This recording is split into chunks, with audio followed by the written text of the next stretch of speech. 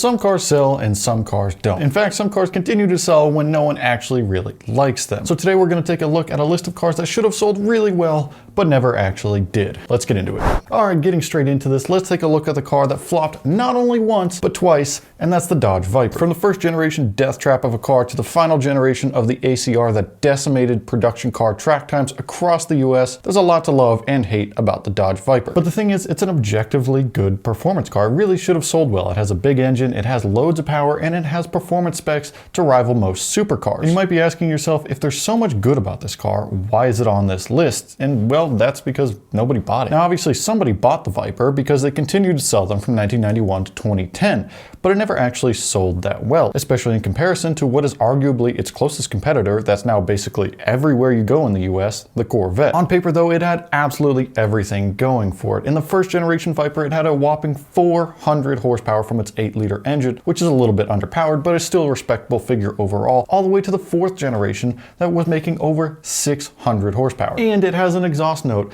that is so polarizing that it makes modern politics look like a cakewalk. I'm gonna come.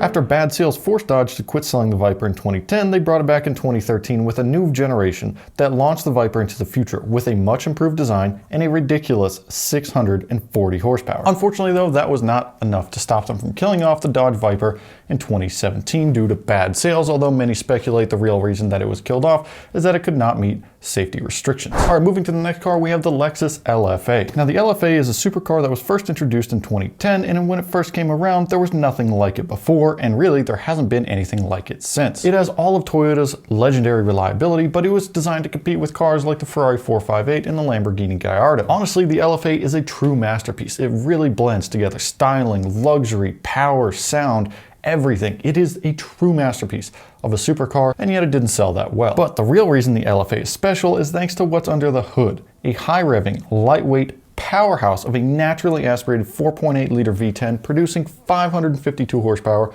and 354 pound-feet of torque. And best of all, the exhaust note was tuned by Toyota's favorite business partner, Yamaha. I mean, seriously, just listen to this thing.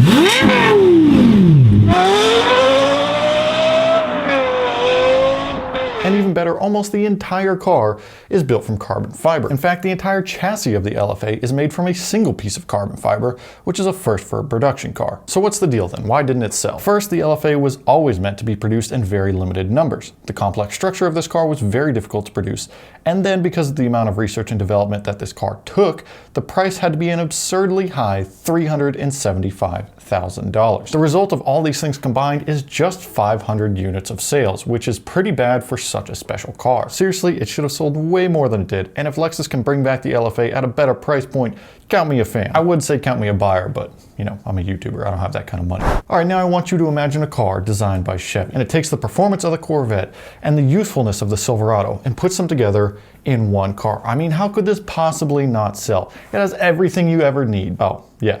This car. That's the Chevy SSR, a weird car that seemingly has all the right ingredients to sell well in the US market, but just simply flopped instead. One of the main culprits for the really poor sales behind the SSR is the fact that GM marketed it as a premium product when it was really not a premium product, with a starting price to match of $42,000. Now, plain and simple, that is just way too much for a pickup car that doesn't really do anything well as a car or anything well as a truck. You basically get the worst of everything. On top of that, the SSR was pretty bad on practicality. Yes, it has a truck bed, but it's only a 2-seater, and it's not like you're going to be able to do any real heavy work with that bed. It's more or less just going to be used as a grocery getter. And most importantly, this car didn't sell, well, because it's ugly. I mean, seriously, look at this thing. The retro design could have been done much better, and frankly, it looks way too much like a truck to be sold as a car. Like I said, it's supposed to combine the best of both worlds, the best of a truck and the best of the car, but instead all it did was combine the worst of a truck and the worst of a car and put it into one ugly design. Next up on the list is everybody's favorite car with a giant mustache, and that's the Fisker Karma. Now, this is a big old sedan of a plug-in hybrid sports car that was produced by Fisker Automotive from 2011 to 2012. And the Karma is best known for its polarizing design that somehow reversed aged and looks like a car that could be sold today LFA new in 2023. And when it first hit the market, it made a really big splash with that advanced powertrain combined with a 2-liter GM gas engine to be used as a range extender, and the fantastic looks on the outside combined with a fantastic interior on the inside. It really had everything going for it. But unfortunately, that didn't stop the production issues, effectively strangling Fisker into financial doom and the company running out of money. And for the Karmas that did get through production, they were later plagued with pretty severe quality control issues and reliability. So yes, the Karma is an objectively awesome car, but it simply missed. They simply just didn't know what they were doing when it came to producing a car, and had Karma stuck around, had Fisker stuck around, they could have been the only true competitor to what is now the powerhouse of electric automotive, Tesla. Despite its relatively short lifespan, the Fisker Karma remains a notable vehicle in the history of electric and hybrid vehicles. I mean, I seriously wish this car would have sold more. Yes, it's electric, but this thing sounds absolutely wild.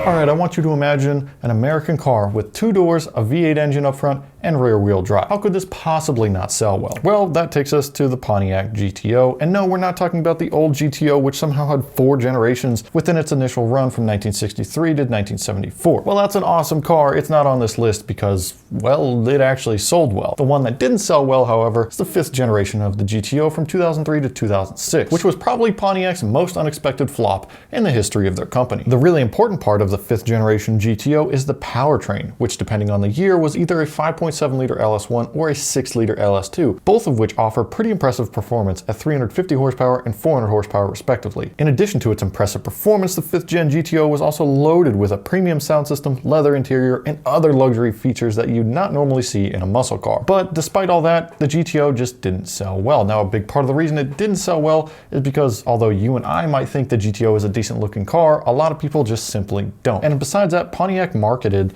the GTO as a luxury sports car rather than a muscle car, which gave it a weird perception in the first place. Regardless, the 5th generation GTO barely sold. It only made it from 2003 to 2006. They really should have sold way more of them, and if they weren't so darn expensive on the used market, I would probably buy one myself. I mean, seriously, why are these things still $20,000? What is going on here? Automotive history is filled with iconic cars that you can't forget, but one of the most iconic ever is the DeLorean DMC-12 with its ridiculous styling, gull-wing doors, rear engine design, and an owner who got caught up in all sorts of drug trafficking charges. And of course, its unforgettable feature in Back to the Future. So why is it on the list then? Well, you already know. It's because it didn't sell well, and it really should have.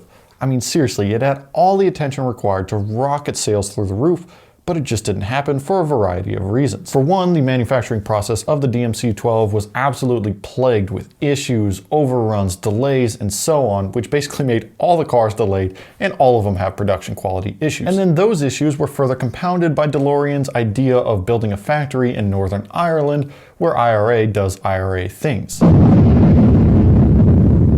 All of this was made even worse by John DeLorean's high-profile lifestyle and objectively bad financial practices, which then prompted the alleged cocaine trafficking operation. And although John DeLorean was eventually acquitted of all charges regarding that cocaine trafficking, the damage had been done and the image was irreparable. Although, ironically, it was kind of great for marketing because here we are 40 years later still talking about this car and still talking about those alleged drug trafficking charges. But despite significant investment from the British government and celebrity endorsements, the car's high price tag and mixed reviews ultimately killed it off entirely, with the company filing for bankruptcy in October of 1982 after just 9,000 units of the DMC-12 were built. Now, this next car on the list I absolutely cannot believe flopped the way that it did, and I would definitely buy one if they weren't so ridiculously expensive used, and that's the Chevy SS. And no, we're not talking about the Camaro SS, but literally just the Chevy SS. Anyways, this car is basically just a rebranded Holden Commodore, which is a pretty popular Australian sedan with a reputation for performance while hauling around your entire family. Under the hood is the same engine that you'll find in a few different GM applications, including the Corvette and the Camaro, with the LS3, outputting 415 horsepower and 415 pound-feet of torque. But somehow this badass borderline super sedan of an American car barely sold. But why? It has the looks, it has the LS3, it has the power, it has a decent interior, it has everything going for it. What possibly went wrong? Well, part of the issue is that GM didn't really market it much at all. In fact, they practically forgot about it as compared to their other cars with big marketing campaigns. Another problem is that the US market for high-performance sedans was already dominated by the BMW BMW M3 and M5, the Dodge Charger, Mercedes AMG cars, and so on. So if GM wanted to enter this market with the Chevy SS and do well, they would obviously need a big marketing campaign to get the name of the Chevy SS out there, but as we mentioned, they just didn't do that. And lastly, the SS was also pretty expensive, with a starting price tag of $47,000, which was more than its closest competitor, the Dodge Charger RT. And on top of that, when the SS was offered new here in the States, consumers really shifted over to buying crossovers and small SUVs in droves, which left the sedan market high and dry. If anyone out there from GM is watching this and you have any control of what happens at GM, please, for the love of God, bring back Holden and bring it here to the States, because I want a Commodore Ute really badly. Today we're in 2023 and people are still defending Subarus as good cars, even though they routinely explode at 300 wheel horsepower. Come on, dude, I swear Subarus are easy and reliable to work on. God damn it, you piece of shit, motherfucker.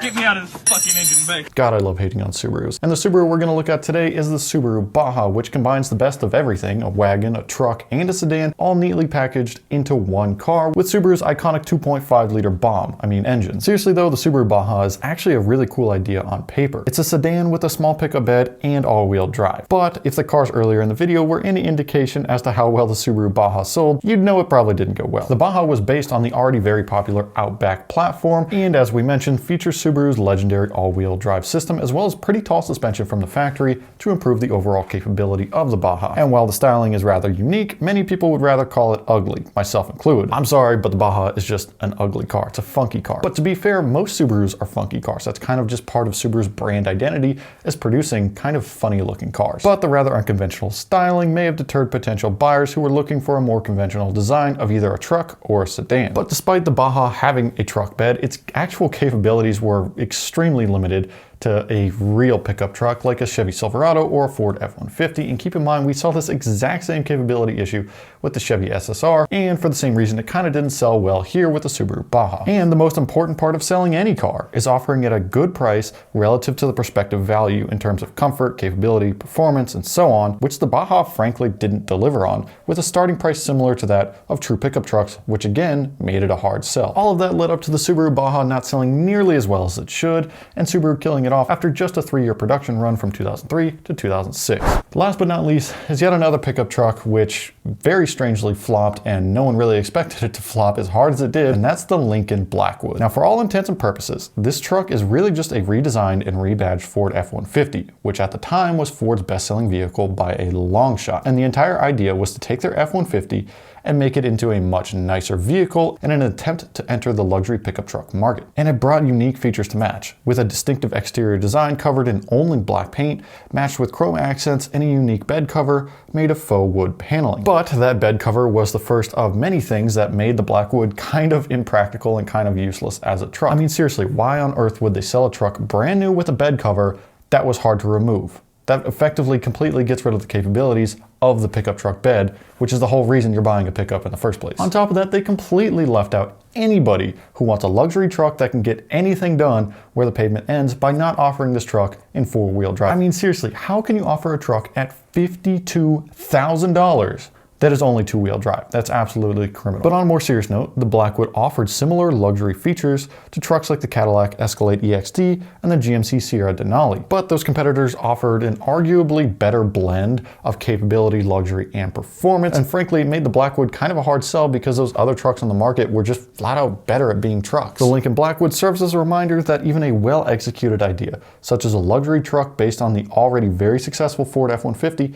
may not be successful if it doesn't offer the capabilities that many prospective truck buyers require. Also, charging $52,000 for a truck that's only 2-wheel drive is absolutely criminal, and Lincoln kind of got what they deserved with this, with just 3,352 units of sales in its 1 year of production. What other cars would you add to the list? Be sure to let me know down in the comments below. While you're down there, get subscribed so you don't miss out on future videos. Check out some of the other stuff on the channel. Follow us on social media. We post loads on TikTok and Instagram, and I'll see you guys in the next one.